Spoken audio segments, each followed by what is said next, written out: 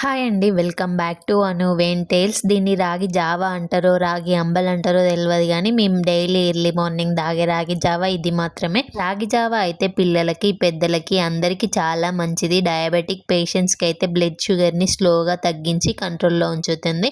ఇందులో fibre content ఎక్కువ ఉండడం వల్ల ఎక్కువ ఆకలి కూడా వేయదు. అంతేకాకుండా ఈజీగా డైజెషన్ అయిపోద్ది. ఇక్కడ మేము చేసుకున్న ప్రాసెస్‌ని మాత్రమే చూపిస్తున్నాను నేనైతే.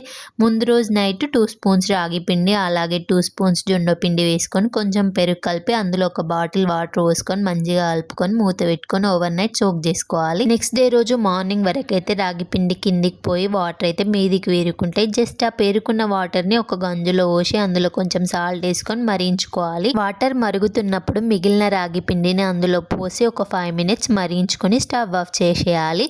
వేడి వేడిగా రాగి జావా ఈజ్ రెడీ.